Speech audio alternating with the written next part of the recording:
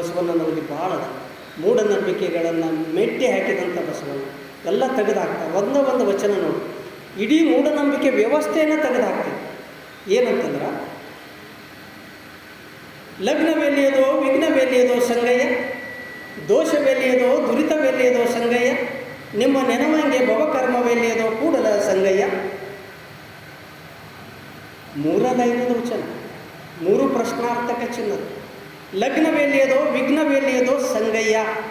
ಪ್ರಶ್ನೆ ಮಾಡುವ ಮನೋಭಾವ ನಮ್ಮಲ್ಲಿ ಬರಬೇಕು. ನಾವು ಪ್ರಶ್ನೆನೇ ಮಾಡೋಂಗಿಲ್ಲ. ಯಾರೇನು ಹೇಳ್ತಾರೆ ಹೂ ನೋಡೋದು. ಆ ದೇವ್ರ ಕಡೆಗೆ ನಾನು ಅಲ್ಲಿ ಹೋಗೋದು, ಈ ದೇವ್ರ ಕಡೆಗೆ ನಾನು ಇಲ್ಲಿ ಹೋಗೋದು. ಯಾವ ದೇವ್ರ ಕಡಕ್ಕೂ ಇಲ್ಲ, ಯಾವ ದೇವರು ಏನೂ ಮಾಡೋಂಗಿಲ್ಲ. ಪ್ರಶ್ನೆ ಮಾಡ್ಕೋತಾ ಅದನ್ನು ಧಿಕ್ಕರಿಸ್ತಾರೆ ಇವರೇ. ಲಗ್ನವೆಲ್ಲಿಯದೋ ವಿಘ್ನವೆಲ್ಲಿಯದೋ ಸಂಗಯ್ಯ. ಲಗ್ನ ವಿಘ್ನ ಅಂದ್ರೆ ಶುಭ ಅಶುಭ ಮುಹೂರ್ತ. ಎಲ್ಲಿ ಶುಭ ಎಲ್ಲಿ ಅಶುಭ ಮುಹೂರ್ತ ತೆಗೆದಿರಿ ಅಂದರೆ ಇಲ್ಲ, ಶುಭ ಅಶುಭ ಅನ್ನೋದೇ ಇಲ್ಲ. ಪ್ರತಿ ಕ್ಷಣನೂ ಶುಭನ. ನಾಡಿನ ದಿನ ಕಿಂದಿನ ದಿನ ಲೇಸೆಂದು ಹೇಳಿರಯ್ಯ. ನಾಳೆ ಅನ್ನಕ್ಕೆ ಹೋಗ್ಬೇಡ್ರಿ, ಒಳ್ಳೆಯ ಕೆಲಸಕ್ಕೆ ಈಗ ಮಾಡಕ್ಕತ್ತಾರೆ. ಮುಹೂರ್ತದ ಬಗ್ಗೆ ತಲೆ ಕೆಡಿಸ್ಕೋಬೇಡ್ರಿ. ಅದನ್ನು ಮತ್ತೆ ಸೈಂಟಿಫಿಕ್ಕಾಗಿ ಅದು ಕರೆಕ್ಟ್ ಅದ. ಅದ್ರ ಬಗ್ಗೆ ನಾನೀಗ ವಿಶ್ಲೇಷಣೆ ಮಾಡುವಂಥ ಟೈಮೂ ಇಲ್ಲ. ಈಗ ಉದಾಹರಣೆ ಒಂದು ಸಣ್ಣ ವಿಚಾರ ಹೇಳೋದಾದ್ರೆ, ರಾಹುಕಾಲ ಭಾಳ ಜನ ನಂಬ್ತಾರೆ. ರಾಹುಕಾಲ ಇನ್ನೂ ನಂಬ್ತಾರೆ, ಭಾಳ ಎಜುಕೇಟೆಡ್ ಮಂದಿ. ರಾಹುಕಾಲ ಐತಿ, ಹೊರಗೆ ಮೋಟ್ರ್ ಸೈಕಲ್ ತೆಗಿಯಂಗಿಲ್ಲ, ಕೆಲವರು ಪ್ರಯಾಣಕ್ಕೆ ಹೋಗಂಗಿಲ್ಲ. ಆದರೆ ಉಳಿದ್ರೆ ಮೋಟ್ರ್ ಸೈಕಲಲ್ಲಿ ಹೊರಗೆ ಅಡ್ಡಾಡಕತ್ತಲ್ಲ ರಾಹುಕಾಲದೊಳಗೆ, ಅವ್ರಿಗೇನು ಆಗಂಗಿಲ್ಲ, ನಿನಗೆ ಆಕೈತಿ ಇಷ್ಟ ತಿಳ್ಕೊಂಡ್ರೆ ಸಾಕು. ಅವ್ರಿಗೆ ಆಗಂಗಿಲ್ಲ, ನನಗೆ ಆಕೈತಿ ಅಂದ್ರೆ ಅದು ಸುಳ್ಳು ಅಂತ. ಯೂನಿವರ್ಸಲ್ ಯಾವುದು ಟ್ರುತ್ ಐತಿ ಅದನ್ನು ಒಪ್ಕೋಬೇಕು. 2 + 2 = 4. ಯಾವುದೇ ಲ್ಯಾಂಗ್ವೇಜ್ ತಗೋರಿ, ಯಾವುದೇ ದೇಶ ತಗೋರಿ, ಅಮೇರಿಕಾದೊಳಗೂ 4 ಆಗ್ತೈತೆ, ಇಲ್ಲಿನೂ 4 ಆಗ್ತೈತೆ, ಕನ್ನಡದೊಳಗೂ 4, ಹಿಂದಿ ಒಳಗೂ 4. ಹಂಗಿತ್ತಂದ್ರೆ ಒಪ್ಕೋಬೇಕು. ಒಬ್ರಿಗೆ ಅಪ್ಲೈ ಆಗ್ತೈತಿ, ಒಬ್ರಿಗಿಲ್ಲ ಅಂತಂದ್ರೆ ಅದು ಟ್ರೂ ಅಲ್ಲ. ಅಂಥದ್ದು ಬಿಟ್ಕೋತ ಹೋಗ್ಬೇಕು. ನಾವು ಎಲ್ಲರಿಗೂ ಏನು ಅಪ್ಲೈ ಆಗ್ತೈತಿಲ್ಲ ಅದನ್ನು ನಾವು ಎಕ್ಸೆಪ್ಟ್ ಮಾಡ್ಕೋಬೇಕು. ಲಗ್ನ ಇಲ್ಲ ವಿಘ್ನ ಇಲ್ಲ, ದೋಷ ಇಲ್ಲ ದುರಿತ ಇಲ್ಲ ಅಂತ ಹೇಳಿದ್ರು 2ನೇ ಲೈನ್ದೊಳಗೆ. ದೋಷ ಅಂದರೆ ಏನು? ಈ ಬದುಕೇನೈತಿಲ್ಲ ಮಿಶ್ರದೈತಿ. ಸಾವು ನೋವು ದುಃಖ ಬರುದ, ಒಮ್ಮೊಮ್ಮೆ ಒಳ್ಳೆಯದಾಗ್ತೈತಿ, ಒಮ್ಮೊಮ್ಮೆ ಕೆಟ್ಟದ್ದಾಗ್ತೈತಿ. ಇದು ಆಗೋದೇ ಇದೆ, ಸಹಜ ಇದೆ. ಯಾರಿಗಾಗೋದಿಲ್ಲ? ಎಲ್ಲರಿಗೂ ಆಗೋದೇ ಇದೆ. ಯಾರಿಗೂ ಬಿಟ್ಟಿಲ್ಲ, ಎಂತೆಂಥವ್ರಿಗೂ ಬಿಟ್ಟಿಲ್ಲ. ಇದು ಸಹಜನೇ, ಇದು ಆಗೋದಂತ ತಿಳ್ಕೋಬೇಕು. ಆದರೆ ಮಾನಸಿಕವಾಗಿ ದುರ್ಬಲವಾದ ಜನರು ದೇವರ ಕೆಳಗೆ ಹೋಗ್ತಾರೆ, ಜ್ಯೋತಿಷಿಗಳಿಗೆ ಬಳಿ ಹೋಗ್ತಾರೆ. ಏನು ರೀ ನಮಗೆ ಭಾಳ ಕಾಡಾಕತ್ತೈತಿ, ಭಾಳ ತ್ರಾಸ ಆಗತ್ತೈತಿ, ಏನೈತಿ ಮತ್ತು ಹೇಳಕ್ಕೆ ಬಂದೇ ಕೇಳಕ್ಕೆ ಹೋಗ್ಯಾರ ಅವ್ರು ಹೇಳೋರಲ್ಲ, ಇಲ್ಲ ನಡೀದಿಲ್ಲ. ಅವರು ಏನಾರು ಒಂದು ದೋಷ ಹೇಳ್ತಾರೆ. ಜನನ ದೋಷ, ಮರಣ ದೋಷ, ಸರ್ಪದೋಷ, ವಾಸ್ತು ದೋಷ ಅಲ್ಲ, ಜಾತಕ ದೋಷ, ಒಂದಿಲ್ಲ ಒಂದು ದೋಷ ಹೇಳ್ತಾರೆ. ಆದರೆ ಬಸವಣ್ಣನವ್ರು ಏನು ಹೇಳಿದರು? ಯಾವ ದೋಷನೇ ಇಲ್ಲ. ಜನನ ದೋಷ ಇಲ್ಲ, ಮರಣ ದೋಷ ಇಲ್ಲ, ವಾಸ್ತು ದೋಷ ಇಲ್ಲ, ಏನೂ ಇಲ್ಲ, ಏನೇನೂ ಇಲ್ಲ. ತಲೆ ಕೆಡಿಸ್ಕೋಬೇಡ್ರಿ, ಆರಾಮದಿಂದಿರಿ. ಎಲ್ಲಿ ಜನನ ದೋಷ? ಹುಟ್ಟಿದ ಮಗ ದೇವರು, ಹುಟ್ಟಿದ ಮಗು ಏನದು ದೇವ್ರ ಸಮಾನ. ಅದನ್ನು ಮುಹೂರ್ತ ಕೇಳಕ್ಕೆ ಹೋಗೋದಾ? ದೇವ್ರಿಗೆ ಎಲ್ಲಿ ಮುಹೂರ್ತ? ಹೇಳೋರು ಏನು ಮಾಡ್ತಾರೋ, ಈಗ 3 ತಿಂಗಳ ಮುಖ ನೋಡಬೇಡ ಯಾರು ಮಗ, ಅಪ್ಪ 3 ತಿಂಗಳು ಮುಖ ನೋಡಬಾರ್ದು. ಅವನ ಮಾತು ಕೇಳಿ ಇವನು ತಾನು ಸ್ವಾತಂತ್ರ್ಯ ಕಳ್ಕೊತಾನೆ. ತಾಯಿಗೆ ಯಾರು ಹೇಳ್ಯಾರ ಏನಂತಕ್ಕ? 3 ತಿಂಗಳು ನೋಡಬೇಡ್ರೆ ತಾಯಿಗೆ ಯಾರೇ ಹೇಳ್ಯಾರ? ಹೇಳೋದಿಲ್ಲ, ನಡೆಯುತ್ತೆ ಇಲ್ಲ ಹೇಳಿದ್ರೆ. ಅದು ಗೊತ್ತೈತೆ, ನಡೀದೇ ಇಲ್ಲ. ಇದು ನಾವು ಪ್ರಶ್ನೆ ಮಾಡ್ತೀವಿ. ಮರಣ ದೋಷ ಎಲ್ಲಿ? ಮರಣ ದೋಷ ತೀರ್ಕೊಂಡವ್ರು ಯಾರು?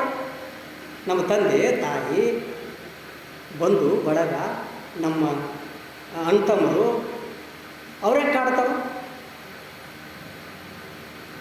ಇದ್ದಾಗ ಕಾಡಿಲ್ಲ ತಾಯಿ, ತೀರ್ಕೊಂಡಾಗ ಕಾಡ್ತಾಳ? ಕಾಡುದಿಲ್ಲ. ನಾವು ಅವರು ಸರಿಯಾಗಿ ವ್ಯವಸ್ಥೆ ಮಾಡಿಲ್ಲ ಅಂತ ಭಯ ನಮ್ಮನ್ನು ಕಾಡ್ತಿರ್ತೀವಿ. ಅಣ್ತಮ್ಮರಿಗೆ ಸರಿಯಾದ ಪಾಲ ಕೊಟ್ಟಿಲ್ಲ ಅನ್ನೋ ಭಯ ನಮಗೆ ಕಾಡ್ತೀವಿ. ಎಲ್ಲಿನ ಬಂದು ಏನಾರ ಮಾಡ್ಯಾನಪ್ಪ. ಇದ್ದಾಗ ಸರಿಯಾಗಿದ್ದರೆ ಯಾರೇನು ಕಾಡುದಿಲ್ಲ. ಆದರೂ ಕಾಡಂಗಿಲ್ಲ. ನೀ ತಾಯಿಯನ್ನು ನೀ ಕಾಡಿದ್ರು ಕಾಡುದಿಲ್ಲ. ಅಂಥ ತಾಯಿ ಸಿಗುತ್ತಿಲ್ಲ. ತಾಯಿ ಕಾಡುವುದೇ ಇಲ್ಲ, ತಂದೆನೂ ಕಾಡುವುದಿಲ್ಲ. ಇದ್ದಾಗ ಕಾಡುವುದಿಲ್ಲ, ಯಾವಾಗೂ ಕಾಡುವುದೇ ಇಲ್ಲ. ಅವರು ಎಲ್ಲ ಯಾವಾಗಲೂ ಮಕ್ಕಳ ಏಳಿಗೆನ ಬಯಸ್ತಾರೆ. ಇದನ್ನು ನಾವು ನಮಗೆ ತಿಳ್ಕೊಬೇಕು. ಸುಮ್ರ ಅದು ಆ ದೋಷ ಐತಿ, ಈ ದೋಷ ಐತಿ, ಮನೆ ಬಿಡು, 3 ತಿಂಗಳು ಮನೆ ಬಿಡು, ಮನೆಗೆ ಬಿಡು, ತಾವು ಬಿಡಂಗಿಲ್ಲ. ನೆನಪಿಡುವರು ಹೇಳೋರು ಎಂದು ಬಿಡಂಗಿಲ್ಲ. ಬಿಟ್ಟಿದ್ದು ನೀವು ನೋಡಿರ್ಬೇಕಾದ್ರೆ ಬಿಡುವುದಿಲ್ಲ. ಅದಕ್ಕೆ ಬಸವಣ್ಣವ್ರು ಒಂದು ಕಡೆ ಹೇಳ್ತಾರೆ, ಏನಯ್ಯ ವಿಪ್ರರಿಗೆ ತಮಗೊಂದು ಬಟ್ಟೆ ಶಾಸ್ತ್ರಕ್ಕೊಂದು ಬಟ್ಟೆ, ಬಟ್ಟೆ ಅಂದ್ರೆ ದಾರಿ, ತಮಗೊಂದು ದಾರಿ ಹೇಳಕ್ಕೊಂದು ದಾರಿ. ಹೇಳುದಟ್ಟ ಅವರು ಬಿಡಂಗಿಲ್ಲ, ಮನೆ ಬಿಡಂಗಿಲ್ಲ. ಯಾವ ಕಾರಣಕ್ಕೂ ಮನೆ ಬಿಡೋದು ಜರೂರು ಇಲ್ಲ. ನಮ್ಮವ್ರು ಅದಾರೋ ಅವ್ರು ಏನು ಮಾಡ್ತಾರೋ, ನಮ್ಮ ಭಯ ನಮ್ಮನ್ನು ಕಾಡ್ತೈತಿ, ನಮ್ಮ ಅಜ್ಞಾನ ನಮ್ಮನ್ನು ಕಾಡ್ತೈತಿ. ಯಾವ ದೋಷ ಇಲ್ಲ, ಜನನ ದೋಷ ಇಲ್ಲ, ಮರಣ ದೋಷ ಇಲ್ಲ, ವಾಸ್ತು ದೋಷ ಇಲ್ಲ. ಸಿದ್ದೇಶ್ವರ ಅಪ್ಪಗಳಂತ ವಾಸ್ತು ಬಗ್ಗೆ ಭಾಳ ಚೆನ್ನಾಗಿ ಹೇಳ್ತದೆ. ಏನು ವಾಸ್ತು? ಚೆನ್ನಾಗಿ ಗಾಳಿ ಬೆಳಕ ಮನೆಯೊಳಗೆ ಬಂದ್ರೆ ಸಾಕು, ಅದ ವಾಸ್ತು. ಇವು ಈ ಕಡೆ ಮಕ್ಕೋಬೇಕು, ಇವು ಇಲ್ಲಿ ಮಕ್ಕೊಂಡ್ರೆ ಆರಾಮಾಗ್ತದೆ. ಏನು ಆ ಕಡೆ ಮಕ್ಕೊಂಡ್ರೆ ಏನು? ಸರಿಯಾಗಿ ಕೆಲಸ ಮಾಡಿದ್ರೆ ನಿದ್ದೆ ಆಗ್ತೈತಿ. ಮತ್ತು 108 ಚಿಂತೆ ತಲೆ ಹಾಕ್ಕೊಂಡು ಮಕ್ಕೊಂಡ್ರೆ ನಿದ್ದೆ ಯಾಕೆ ಆಗ್ತೈತಿ? ನಿದ್ದೆ ಗುಳಿಗೆ ತೊಗೊಂಡ್ರೆ ನಿದ್ದೆ ಅಲ್ಲ. ವಾಸ್ತುವಿಗೂ ಮನುಷ್ಯನ ಆಗು ಹೋಗುಗಳಿಗೂ ಏನೂ ಸಂಬಂಧ ಇಲ್ಲ. There is no relationship. ಸುಮ್ಮನೆ ಹೇಳಿದ್ರಷ್ಟೆ. ಸರಳ ವಾಸ್ತು ಗೊತ್ತು, ಏನೇನೋ ಬಂದು ತನ್ನ ವಾಸ್ತುನ ತನಗೆ ಗೊತ್ತಾಗಲಿಲ್ಲ. ಗೊತ್ತಾಯ್ತು? ಗುರೂಜಿಗೆ ತನ್ನ ವಾಸ್ತುನ ತನಗೆ ಗೊತ್ತಾಗಲಿಲ್ಲ. ಯಾವಾಗ ನಾ ಹೋಗ್ತೀನಿ, ಯಾರ ಕಡೆಯಿಂದ ಹೋಗ್ತೀನಿ ಅನ್ನೋದು ಗೊತ್ತಾಗಲಿಲ್ಲ. ಇನ್ನೂ ಮತ್ತು ಅವರ ಮುಂದುವರಿಸ್ಯಾರ ಮತ್ತದನ್ನು. ಯಾಕಂದ್ರೆ ಕೇಳೋರು ಅದಾರಲ್ರಿ, ಕೇಳೋರು ಇರೋ ತಕ ಹೇಳೋರು ಇರಾವ. ನಾವು ಹೊರವ್ರು ಇರೋ ತಕ ಹೊತ್ಕೊಳ್ಳೋ ಹೊರ ನಾವು ಹೊರದ ಬಿಟ್ಟಿವಿ ಅಂದ್ರೆ ಅವ್ರೇ ಕುಂದಿರ್ತಾರೆ ಮ್ಯಾಲ. ಇದು ನಮ್ಮದು ಅಲ್ಲ. ನಾವು ಹೊರವ್ರು ಇರೋ ತಕ ಮ್ಯಾಲ ಕುಂದ್ರವ್ರ, ನಾವು ಕೇಳೋರು ಇರೋ ತಕ ಅವ್ರು ಹೇಳೋರು ಇರಾವ. ಯಾವ ದೋಷ ಇಲ್ಲ, ಜಾತಕ ದೋಷ ಇಲ್ಲ. ಜಾತಕಕ್ಕೆ ಅವೈಜ್ಞಾನಿಕನ, ಅದು ಅವೈಜ್ಞಾನಿಕನ, ಏನೇನೂ ಸಂಬಂಧ ಇಲ್ಲ. ಜಾತಕದ ಗುಣಗಳನ್ನು ಈಗ ಲಗ್ನ ಮಾಡುವಾಗ ಜಾತಕದ ಗುಣಗಳನ್ನು ಕೂಡಿದ ಮ್ಯಾಗ ಮಾಡ್ತಾರೆ. ಎಷ್ಟು ಜನರು ವಿಚ್ಛೇದನ ಆಗಲಿಲ್ಲ? 3 ತಿಂಗಳಿಗೆ 4 ತಿಂಗಳಿಗೆ ವರ್ಷದೊಳಗೆ ವಿವಾಹ ವಿಚ್ಛೇದನಗಳು ಜಾತಕ ನೋಡೇ ಮಾಡತ್ತಾರೆ ಎಲ್ಲರೂ. ಈಗಾದರೂ ಮಾಡತ್ತಾರೆ, ಯಾರೂ ಬಿಡಂಗೇ ಇಲ್ಲ. ಆದರೆ ವಿಚ್ಛೇದನಗಳು ಯಾಕೆ ಆಗ್ತಾವೆ? ಈ ಗಣಗಳ ಹೊಂದಾಣಿಕೆ ಮುಖ್ಯ ಅಲ್ಲ, ನಮ್ಮ ಪರಸ್ಪರ ಮ್ಯೂಚುವಲ್ ಅಂಡರ್ಸ್ಟ್ಯಾಂಡಿಂಗ್ ತಿಳುವಳಿಕೆ ಐತಲ್ಲ, ಅದು ಭಾಳ ಮುಖ್ಯ. ಗುಣಗಳ ಹೊಂದಾಣಿಕೆ ಭಾಳ ಮುಖ್ಯ. ನಮ್ಮ ಪರಸ್ಪರ ತಿಳುವಳಿಕೆ ನಂಬಿಕೆನೇ ಇರಲಿಲ್ಲ ಅಂದ್ರೆ ಯಾವ ಜಾತಕ ಯಾವ ಗಣಗಳ ಹೊಂದಾಣಿಕೆ ತೊಗೊಂಡು ಏನು ಮಾಡೋದು? ಅವ್ರ ಮೇಲೆ ನಂಬಿಕೆ ನಮಗಿರಬೇಕು, ನಮ್ಮ ಮೇಲೆ ನಂಬಿಕೆ ಅವ್ರದ್ದು ಇರಬೇಕು, ಹೊಂದಾಣಿಕೆ ಇರಬೇಕು. ಒಂದಿಷ್ಟು ಅವ್ರು ಏನಂತಾರೆ ನಾವು ತಡ್ಕೋಬೇಕು, ನಾವು ಏನಂದ್ರೆ ಅವ್ರು ತಡ್ಕೋಬೇಕು, ಅಂದ್ರೆ ಸಂಸಾರ ಆಗ್ತದೆ. ನಾ ಹೆಚ್ಚು ನೀ ಹೆಚ್ಚಂದ್ರೆ ಸಂಸಾರ ಇಲ್ಲ. ಯಾವ ಜಾತಕ ತೊಗೊಂಡಿದ್ರು? ರಾಮ ಸೀತಾರ ಮದುವೆ ಜಾತಕ ನೋಡೇ ಮಾಡಿದ್ರಲ್ಲ, ವನವಾಸ ತಪ್ಪೇನು? ತಪ್ಪು. ಜಾತಕ ದೋಷ ಇಲ್ಲ. ಸರ್ಪದೋಷ ಹೊಸಾದಿದು, ಸರ್ಪದೋಷ ಹೊಸಾದಿದು ತಿಳ್ಕೊಬೇಕಿದ್ದೀನಿ ಎಲ್ಲರೂ. ಏನೂ ದೋಷ ಇಲ್ಲ ಅಂದ್ರೆ ಏನಿಲ್ಲ, ಎಲ್ಲ ಬರೋಬ್ಬರ ಐತಿ.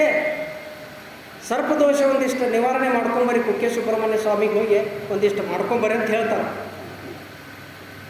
ಅಲ್ಲಿ ಹೋಗಿ ಬಂದವ್ರನ್ನ ಕೇಳಿ ಏನು ಮಾಡ್ತಾರತ್ತ? ಸಾಲಂಗೆ ನಿಂದಿರ್ಸ್ತಾರತ್ತ. ಮಂದಿನ ಕೈಯಾಗ ಒಂದೇನೋ ಕಲ್ಲು ಕೊಡ್ತಾರತ್ತ. ಕಲ್ಲು ಕೊಟ್ಟು ಮಂತ್ರ ಹಾಕ್ತಾರೋ, ನಿಮ್ಮ ದೋಷ ಮುಗಿತು. ಸರ್ಪದೋಷ ಯಾಕೆ ಬಂತು ಅಂದ್ರೆ ಅವ್ರು ಹೇಳ್ತಾರತ್ತ, ಹಿಂದಿನ ಜನ್ಮದೊಳಗೆ ನೀ ಸರ್ಪವನ್ನು ಕೊಂದಿದ್ದೆ. ಹಿಂದಿನ ಜನ್ಮದಾಗ ಇವ ಸರ್ಪ ಕೊಂದಿದ್ದು ಅವಂಗೇನು ಗೊತ್ತಾ? ನೀವು ಹೂನಾತ ಏನು? ಎಲ್ಲ ಬೋಗಸ್, ಎಲ್ಲವೂ ಬೋಗಸ್. ಇದೊಂದು ರೀತಿಯಿಂದ ಧಾರ್ಮಿಕ ಭ್ರಷ್ಟಾಚಾರ. ಧಾರ್ಮಿಕ ಭ್ರಷ್ಟಾಚಾರ ಇದು. ಸುಮ್ಮನೆ ಹೇಳಿ ಇಲ್ಲದ ದೋಷಗಳನ್ನು ಸೃಷ್ಟಿಸಿ ಅರ್ಥವಿಲ್ಲದ ಪರಿಹಾರಗಳನ್ನು ಸೂಚಿಸುವುದು ಒಂದು ಬಗೆಯ ಧಾರ್ಮಿಕ ಭ್ರಷ್ಟಾಚಾರ. ಈ ಸರ್ಪದೋಷದ ಬಗ್ಗೆ ಟೈಮ್ ಇದ್ದರೆ ಒಂದಿಷ್ಟು ಹೇಳಿ. I got time? ಸಮಯ ಇದಲ್ಲ? ಯಾಕಂದ್ರೆ ಆದಂಥ ಘಟನೆ ಭಾಳ ರೆಲೆವೆಂಟ್ ಅದು.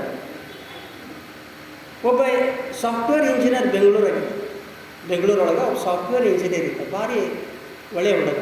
ನಮ್ಮ ಕ್ಲಾಸ್ಮೇಟ್ ಅವರ ಕಾಕನ ಮಗ, ನಮಗೂ ಭಾಳ ಪರಿಚಯ. ಅವ್ರ ಬಗ್ಗೆ ಒಬ್ಬರು ಬೆಂಗಳೂರಾಗ ಈಗ ಜ್ಯೋತಿಷ್ಯವನ್ನು ಬೆಳವರು ಇದ್ದು. ಆ ಇಂಜಿನಿಯರ್ನ ಅಕ್ಕ ಒಂದು ದಿನ ಆ ಜ್ಯೋತಿಷಿಗಳ ಬಳಿ ಕರ್ಕೊಂಡು ಹೋಗ್ತಾರೆ. ಲಗ್ನ ಮಾಡೋದಿತ್ತು, ನೋಡ್ರಿ ಒಂದಿಷ್ಟು ಏನಾರ ಜಾತಕ ತೊಗೊಂಡು ಹೋಗ್ತಾರೆ. ಜಾತಕ ಎಲ್ಲ ಭಾಳ ಚೆನ್ನಾಗಿದೆ, ಇವ್ಗೆ ಏನೇನೂ ಕಡಿಮೆ ಇಲ್ಲ, ಆಯುಷ್ಯ ಚಲೋ ಅದ, ಇಷ್ಟ ಹೇಳಿದ್ರೆ ಮುಗೀತಿತ್ತು. ಆದರೂ ಒಂದಿಟ್ಟು ಸರ್ಪದೋಷ ನಿವಾರಣೆಗೆ ಹೋಗಿ ಕುಕ್ಕೆ ಸುಬ್ರಹ್ಮಣ್ಯ ಸ್ವಾಮಿಗೆ ಹೋಗ್ತಾರೆ. ಆಯ್ತಾಯ್ತು. ಒಂದು ಸಂಡೇ ಆ ಹುಡುಗ ಬಸ್ಸಿನೊಳಗೆ ಹೋಗ್ತಾರೆ. ಓಕೆ, ಎಲ್ಲ ದೋಷ ನಿವಾರಣೆ ಮಾಡಿಕೊಂಡು ವಾಪಸ್ ಬರುವಾಗ ಅಲ್ಲೊಂದು ಕಾರ್ ಗಾಡಿ ನಿಂತಿರ್ತೀವಿ. ಅದು ಬೆಂಗಳೂರಿಗೆ ಬರೋದಿರ್ತದೆ, ಬಾಡಿಗೆ ಕಾರ. ಈಗಾಗಲೇ ಅದರೊಳಗೆ ಒಂದು 3 ಜನ ಇರ್ತಾರೋ, ಒಬ್ಬ ಡ್ರೈವರ್ ಇರ್ತಾರೋ. ಇಲ್ಲ ನಾವು ಬೆಂಗಳೂರಿಗೆ ಹೊಂಟಿವಿ ಬರ್ತೀರ ಅಂತಾರೋ, ಆಯಿತು ಅಂತ ಕುಂದಿರ್ತಾನೆ. ಹಂಗಿದ್ರೆ ಬೆಂಗಳೂರಿಗೆ ಹೋಗೋಂಗಿರ್ತಾನೆ. ಬರುವಾಗ ಬೆಂಗಳೂರಿನ 2 ಕಿಲೋಮೀಟ್ರ್ ಇರ್ತೈತಿ. ಆಕ್ಸಿಡೆಂಟ್ ಆಗಿ ಕಾರ್ನಲ್ಲಿ ಇದ್ದವರು ಎಲ್ಲರೂ ತೀರ್ಕೊಂಡು ಅಕ್ಕ ಆ ಜ್ಯೋತಿಷಿಗಳು ಅವನ ಸ್ಮಶಾನ ಯಾತ್ರೆಗೆ ಬಂದಾಗ ಕೇಳ್ತಾನೆ, ಅವನ ಆಯುಷ್ಯ ಭಾಳ ಇತ್ತಂದರೆ ಅವನು ಯಾಕೆ ತೀರ್ಕೊಂಡ ಕೇಳುವಂಥ ಪ್ರಶ್ನೆ. ಅವರು ಉತ್ತರ ಇರೋಂಗಿಲ್ಲ, ಒಮ್ಮೆ ಡೈರೆಕ್ಟ್ ಆಮೇಲೆ ಹೇಳ್ತಾನೆ ಅಂತ ಹೇಳ್ತಾರೆ. ಆಮೇಲೆ ಮತ್ತೆ ತಿಥಿ ಮಾಡೋದಾಗ ಬಂದಾಗ ಅವ್ರು ಏನು ಹೇಳಿದ್ರಂದ್ರೆ ಉತ್ತರ ನೋಡಿದ್ರು ಅವ್ರದ್ದು. ಅವನ ಆಯುಷ್ಯ ಚಲೋ ಐತಿ, ಅವನ ಜಾತಕದಾಗ ಏನೂ ದೋಷ ಇಲ್ಲ. ಆದರೆ ಇನ್ನು 4 ಮಂದಿ ಏನು ಇದ್ರಲ್ಲ, ಅದರೊಳಗೆ ಒಬ್ಬನ ಜಾತಕದೊಳಗೆ ತಾನು ಸಾಯೋದ್ರ ಜೊತೆಗೆ ಇನ್ನು 4 ಮಂದಿನ ತೊಗೊಂಡು ಹೋಗುವಂಥದ್ದು ಬರೆದಿತ್ತು. ಪಾರ ಮುಗ್ದು ಇನ್ನು 4 ಮಂದಿನ ತೊಗೊಂಡು ಹೋಗೋದು ಬರೆದಿರಬೇಕು.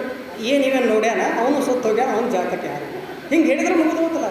ಹೂನು ಅನ್ಬೇಕು. ನಾ ಕೇಳೀನಿ ಅವ್ರಿಗೆ, ನಮ್ಮ ಫ್ರೆಂಡ್ ಅವ್ರ ಅವೇನು ತಿರ್ಕೊಂಡಲ್ಲ, ಅವ್ರ ಅಪ್ಪನ ಮತ್ತೊಬ್ಬ ತಮ್ಮ. ಅವನು ಕೇಳಿದಾಗ ನೀವು ಏನಂದ್ರೆ ಮತ್ತೆ ಏನೇ ಮಾಡೋದು, ಏನು ಮಾಡೋದಿಲ್ಲ. ಇದು ಎಲ್ಲ ನಂಬಬೇಡ, ಏನೇನೂ ನಂಬಬೇಡ, ಏನೇನೂ ಇಲ್ಲ. ಅದಕ್ಕೆ ಲಾಸ್ಟಿಗೆ ಇನ್ನೊಂದು ಬರ್ತಿತ್ತು, ದುರಿತವೆಲ್ಲಿ ದೋಷ ಆತಿಗ ದುರಿತವೆಲ್ಲಿ ಏನೋ ಕೂಡಲ ಸಂಗಯ್ಯ. ದುರಿತ ಅಂದ್ರೆ ಕಾಡಾಟ. ನಾವು ಭಾಳ ಹೆದರ್ತೀವಿ ಕಾಡಾಟಕ್ಕೆ. ಮನೆ ದೇವ್ರು ಕಾಡ್ತಾನೋ ಅಲ್ಲ, ಶನಿ ಕಾಡ್ತೈತಿ. ಯಾರು ಕಾಡ್ತಾರೆ? ಮನೆ ದೇವ್ರು ಯಾರು ಕಾಡ್ತಾರೆ ತಿಳ್ಕೊಬೇಕು. ಮನೆ ದೇವ್ರಂದ್ರೆ ಏನು? ಮಹಾದಾನಿ ಕೂಡಲ ಸಂಗಮ ದೇವರು. ಅವ್ನು ನಮಗೆ ಕೊಡಾಮವ. ನಮಗೆ ಏನರ ಬೇಡಿ ಯಾವ ಈಗ ಪೂಜ್ಯ ಸಿದ್ದೇಶ್ವರ ಸ್ವಾಮಿಗಳಿಗೆ ಏನಂತಿದ್ದೀವಿ, ದೇವ್ರಂತ ಮನುಷ್ಯರತ್ತೀವಿ. ಅವ್ರು ಯಾರಿಗಾರು ಕಾಡ್ತಿದ್ರು ಬೇಡ್ತಿದ್ರು ಇಲ್ಲ, ಕಾಡೋರಿಗೆ ಬೇಡವ್ರಿಗೆ ಹತ್ತೀವಲ್ಲ ಅನ್ನಂಗಿಲ್ಲ. ಮತ್ತು ದೇವ್ರು ಯಾಕೆ ಕಾಡ್ತಾರೆ ನಮಗೆ? ಇದನ್ನು ತಿಳ್ಕೊಂಡು ದೇವ್ರು ಕಾಡುವುದಿಲ್ಲ, ಎಂದೂ ಕಾಡಂಗಿಲ್ಲ. ಕಾಡುವ ದೇವ್ರ ಅಲ್ಲ, ಕಾಡುವವ ದೇವ್ರನ ಅಲ್ಲ. ದೇವ್ರು ಕಾಡಂಗಿಲ್ಲ, ಕಾಡುವವ ದೇವರಲ್ಲ. ಶನಿ ಕಾಡುವುದಿಲ್ಲ, ಶನಿ ಕಾಡ್ಲಾಕ ಬಿಡೋದೇ ಇಲ್ಲ. ಇದನ್ನು ತಿಳ್ಕೊಬೇಕು. ಶನಿ ಯಾಕೆ ಕಾಡ್ತಾನ? ಶನಿ ಎಲ್ಲದಾನ ಅದನ್ನು ತಿಳ್ಕೊಬೇಕು. ವೈಜ್ಞಾನಿಕವಾಗಿ ನೋಡಬೇಕು. ಕೋಟಿ ಕಿಲೋಮೀಟರ್ ಮ್ಯಾಗ ಶನಿ ಗ್ರಹ ಅಲ್ಲ, ಅದು ಸುತ್ತುವ ಕ್ರಿಯೆ ಒಳಗೆ ಆ್ಯಂಗ್ಯುಲರ್ ಮೂಮೆಂಟದ ಆಧಾರದ ಮೇಲೆ ಅವ ಸುತ್ತುವ ಕ್ರಿಯೆ ಒಳಗೆ ನಿರತಾಗ್ಯ. ಅವ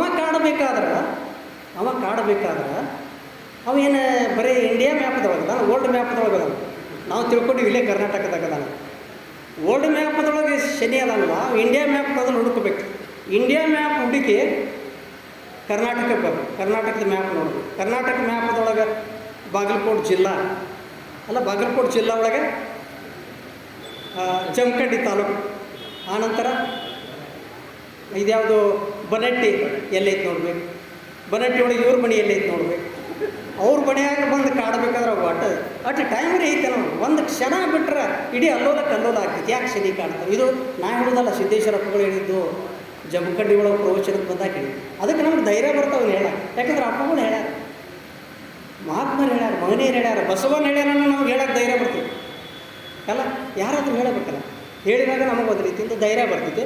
ನೀವು ಒಂದು ಸ್ವಲ್ಪ ಅದನ್ನು ಧೈರ್ಯ ನೀವು ತೊಗೋಬೇಕು. ಬರೀ ಕೇಳಿಬಿಡೋದಲ್ಲ. ಇವನ ಬಸವ ಸ್ಮರಣೆ ಅಥವಾ ಬಸವ ಜಯಂತಿ ಯಾವಾಗ ಸಾರ್ಥಕ ಆಗ್ತೈತಿ ಅಂದ್ರೆ ಒಂದು ಈಟರಿ ಅದನ್ನು ಆಚರಣೆಗೆ ತರಬೇಕು. ನಾವು ಬರೀ ಕೇಳೋದಲ್ಲ, ಸ್ವಲ್ಪ ಬರೇ ಈಟೀಟ ಮಾಡ್ಕೋತ ಹೋದ್ರೆ ತಾನೇ ಬರ್ತೈತೆ, ಧೈರ್ಯ ಬರ್ತೈತೆ.